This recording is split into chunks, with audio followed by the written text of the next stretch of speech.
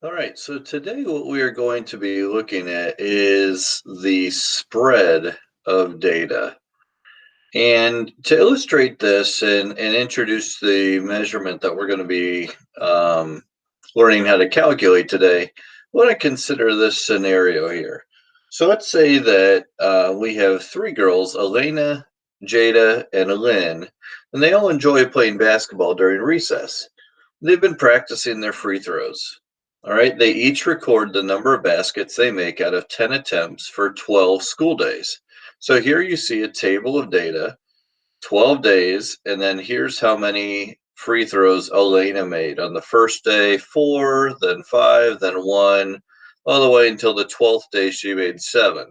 And then you see the same thing for Jada's data and Lynn's data. Okay. Over here, I have a dot plot of each one of these. Okay.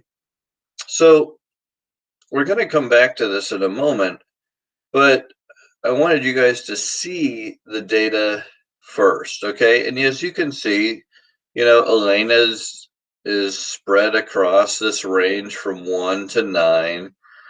Here, Jada is between 2 and 8, and there's a whole bunch of fours. And then there's a Lynn. Lynn is all between 3 and 7. Okay, so just initially thinking about spread, Elena has a range. You guys have been calculating this, but the range is 9 minus 1, which is 8. Here, Jada's range is 8 minus 2, which is 6. And here, the range is 7 minus 3, which is 4. Okay, so just based off of that, we can see Elena um, has a broader range of baskets made than either of them do, and Lynn has the smallest range of all three. Okay, and that at this point is the only measure of spread that we know. But let's consider which of these girls performed the best over the 12 days. All right, so the first thing we're going to do is find the mean for each of the girls. Okay, so you guys are pros at finding mean at this point, so I'm going to do this rather quickly. You'll notice here, if I add up all the values for Elena, and you can do this on your own if you want, but I already have. If you add up all these values, you get 60. Okay, so the mean is 60 divided by the 12 days, which is 5. And I'm actually going to mark that here. I'm going to circle the 5. There's Elena's mean. All right, then we have Jada. If I were to add that up, 2 and 4 is 6, 11, 15, 21, 27, 31, 38, 41, 45, 53, 60. Okay, so Jada also adds up to 60. It's again 12 days, and 60 divided by 12 again equals 5. So over here on Jada, I'm going to circle that right there. Okay. And then if I were to calculate Lynn's mean as well, I add all of these up. And if I add them up again, actually, I'm going to get 60.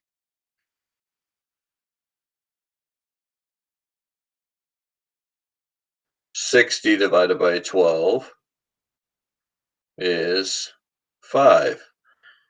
So there is Lynn. Now,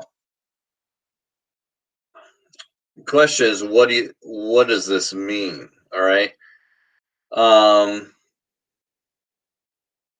so these two questions here at the bottom kind of will indicate what this means. Would you say all three students played equally well? Well,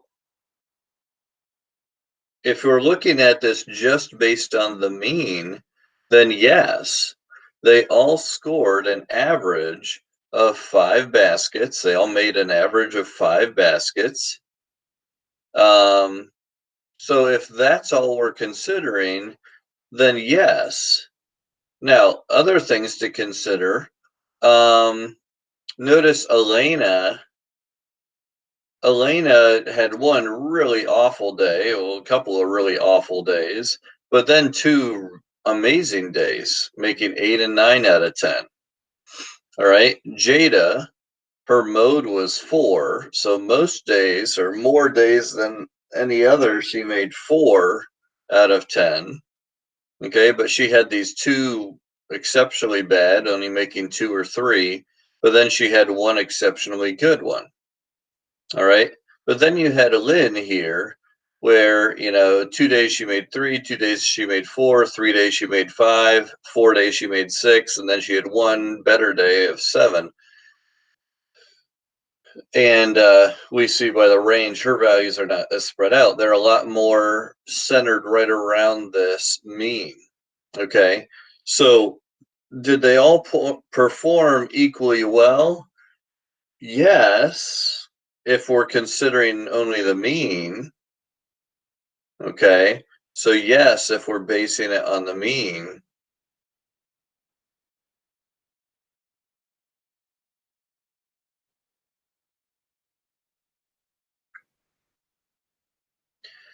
but which player would you want to be on your basketball team? And this is where many of you might give different answers. Okay. Many of you might give different answers. Some of you might see the potential in Elena. Hey, she made 9 out of 10 one time. Okay. But with that potential for really great shooting, you have potential for really bad shooting. Jada's kind of in the middle, and then there's Lynn. You're never gonna get, at least based on this, any spectacular results, but you're also never gonna get any absolutely horrendous results either. She's all kind of right in the middle here. Okay. And guys, that's the part of this that we're gonna analyze a little bit more closely today. Um, how do we measure that spread? How do we measure the spread? And that's where we're talking about consistency. Okay. Consistency. I think we could tell just from the dot plot that Elena is very inconsistent. All right. You never know what you're going to get with her. But Lynn, while she doesn't have any spectacular results, doesn't have a horrendous result, she's all relatively consistent, right in this range, right around the mean. Okay. So when we're talking about the spread of data, spread's a measurement of how closely each of the data values is to the mean. And what we're going to find is called the mean absolute deviation. Now, this is not the most common measure of spread. You've probably heard of standard deviations before, but this actually is a much simpler one to calculate. So that's why we're studying it in this class, and rather than standard deviation, which can be a little bit complex to calculate. All right, so let's find this mean absolute deviation for each of the girls. Okay, so starting with Elena, here's all of her data, and the mean was 5. Okay, the mean was 5. And we're going to start by finding the distance between each of Elena's scores and the mean. Now, because I'm talking about distance, distance is always positive. Okay, always positive.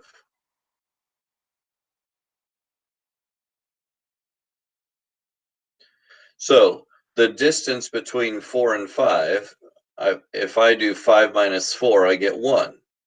Okay. The distance between 5 and 5, well, that is 5, so the distance is 0. The distance between 1 and 5 is 4. Okay, 5 minus 1 is 4. The distance between 6 and 5, 6 minus 5 is 1. You'll notice here, I don't care which one comes first. I always want when I subtract, I always want it to end up positive. So I'm doing the larger value, 9 minus 5, which is 4. 7 minus 5 is 2. Now that 2 is smaller than 5, I'm doing 5 minus 2, which is 3. Okay, I want the distance. Another way of thinking of this is you could be finding the absolute value. Okay, 8 minus 5 is 3. If I did 3 minus 5, I'd get negative 2, but the absolute value of that's positive 2. That's my distance. Okay, but it's just as easy just to think in terms of, all right, bigger one minus smaller one. 7 minus 5 is 2. All right, if it helps you, go ahead and draw a number line and you can calculate how far away they are that way. Okay, so believe it or not, we're almost there. We've got all of these distances, and the mean absolute deviation, mean, you see right in there, that means average. So I'm going to take these distances and I'm going to average them. Again, we had 12 days, so I'm going to be dividing by 12. And I'm going to abbreviate this MAD, mean average deviation. All right, so I do 1 plus 0 plus 4 plus 1 plus 4 plus 2 plus 3 plus 3 plus 2 plus 2 plus 0 plus 2. All right, so I'm taking all these distances.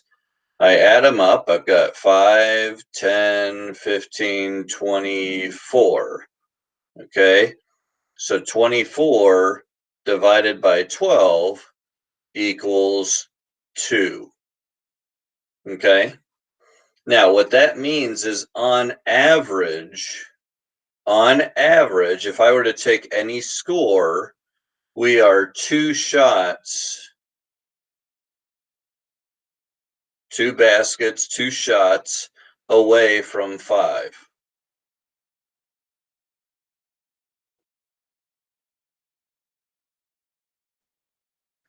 That's the mean average or absolute deviation. The mean absolute deviation. Now, it doesn't tell us which direction it is. It could be down at 3, it could be up at 7. But on average, if we were to pick a score at random, we're going to be 2 shots away from the average 5. Okay. Now, this formula that we were just using and this concept that we just got is the mean absolute deviation. Here's the actual formula that we're using.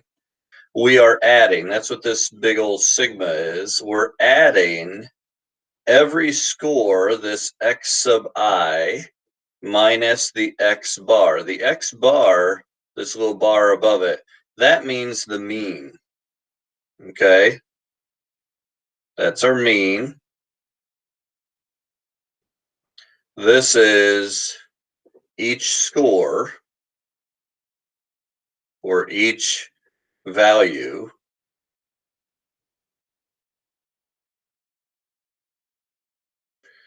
Remember, the sigma tells us to add up.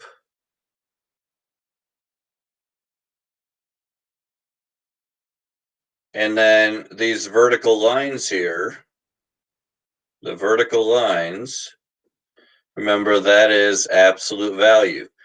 Remember, I told you that we want them to be distances. Okay, well, distances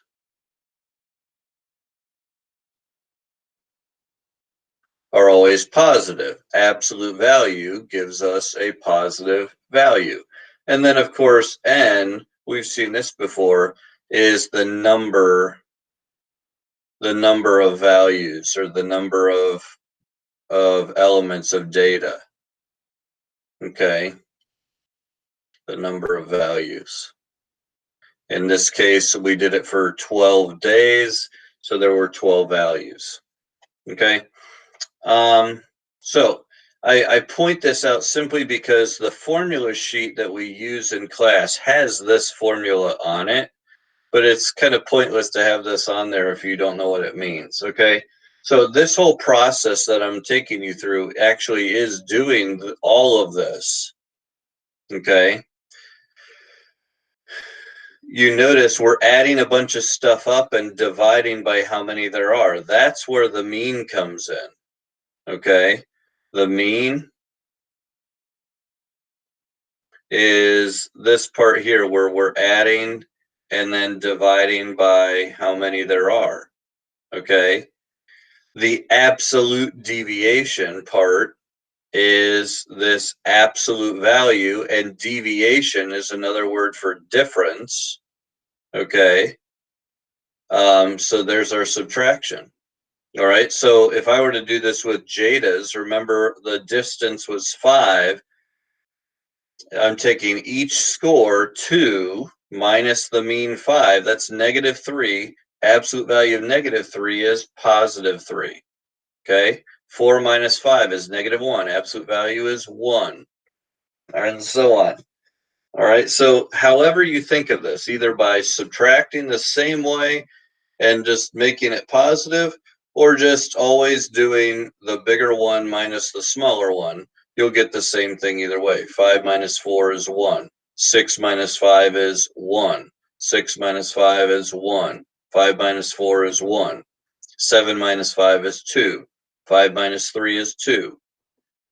5 minus 4 is 1. 8 minus 5 is 3. 7 minus 5 is 2. Okay, so I've done all of these to fill out this little table. Now I've got to average them. So now I'm doing the add them all up and divide by n part. Okay, so again, I've got to add these up. I have 3 plus 1 is 4. 3 plus 1 plus 0 plus 1 plus 1 plus 1 plus 1 plus 2 plus 2 plus 1 plus 3 plus 2. Okay, and there's 12 again, so I'm going to divide by 12. So now we have 4, 5, 6, 7, 8, 9, 10, 11, 12, 13, 14, 15, 16, 17, 18. 18 divided by 12 actually gives us 1.5. Okay, so if we were to pick a random score, a random number day, the number of baskets she made on that day on average would be 1.5 shots away from 5.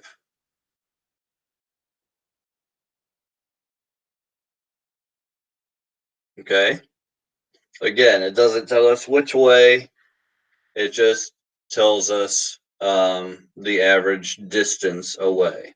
Okay, let's do Lynn's real quickly, and then we can make some comparisons and bring us to the main point.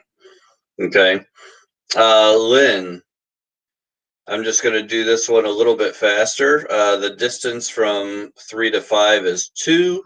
6 minus 5 is 1. 6 minus 5 is 1. 5 minus 4 is 1. The distance there is 0, 0. 5 minus 3 is 2. 5 minus 5 is 0. 5 minus 4 is 1. 6 minus 5 is 1. 6 minus 5 is 1. 7 minus 5 is 2. Okay, so now I'm going to add all these up, and I'm not going to write this one out. I'm just going to add it. 2, 3, 4, 5, 6, 7, 8, 9, 10, 12. All right, so if I add up all those distances here, I get 12. And 12 divided by 12 is 1.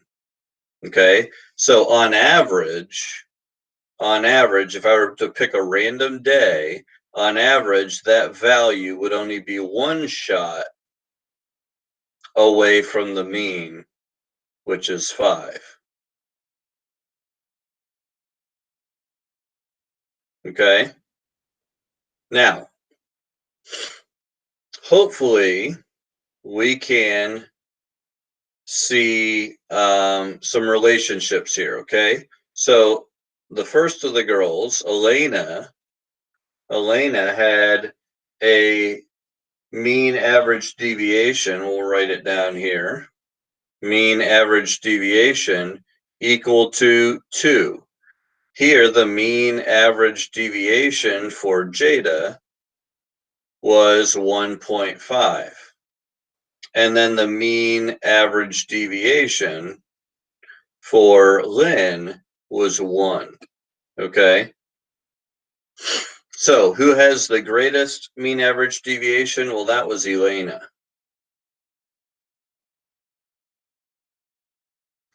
Who has the least? That was Lynn. Okay. So what's the relationship between the dot plot and the mean average deviation?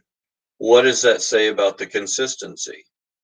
Well, you notice here we said Elena's had the greatest range and it was spread out a lot more. She was the least consistent, right? She was the least consistent.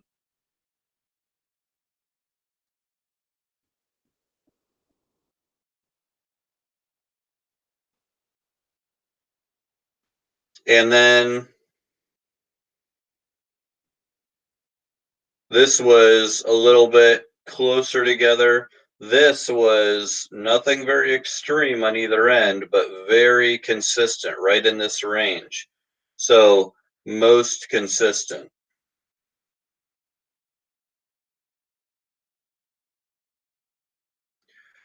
So the least amount of spread was Lynn, and we had already said that that seemed to us to be the most consistent shooter.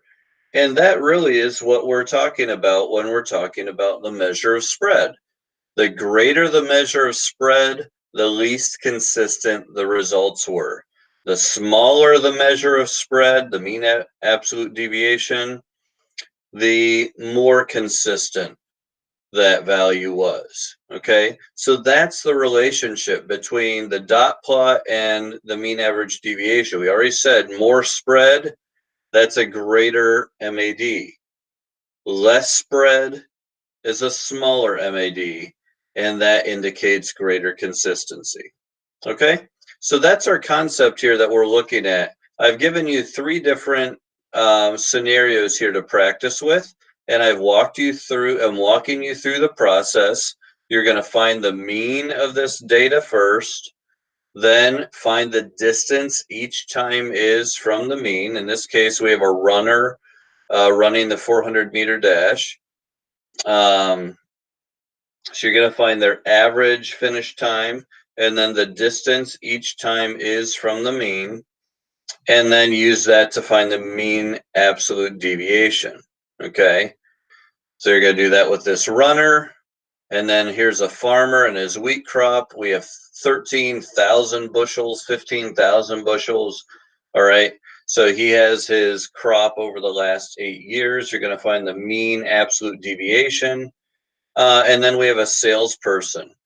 We have their sales in thousands of dollars over the last 12 months. So 1 month he sold $23,000 worth of stuff, then $33,000 worth of stuff, and so on. You're going to find the mean absolute deviation of his sales. Okay, so I hope this makes sense. Right now, we're just working today on you actually being able to calculate this value. We are going to look at how to calculate it with technology. And since you're working from home, we'll be using Desmos for that. And then we're also going to be looking at what this means. How do we interpret this and use it a little bit more than just talking about, say, consistency on basketball shots? Okay, so log in or email me if you have questions, and hope you do great. Hope you're having a wonderful day, and I'll talk to you soon. Bye.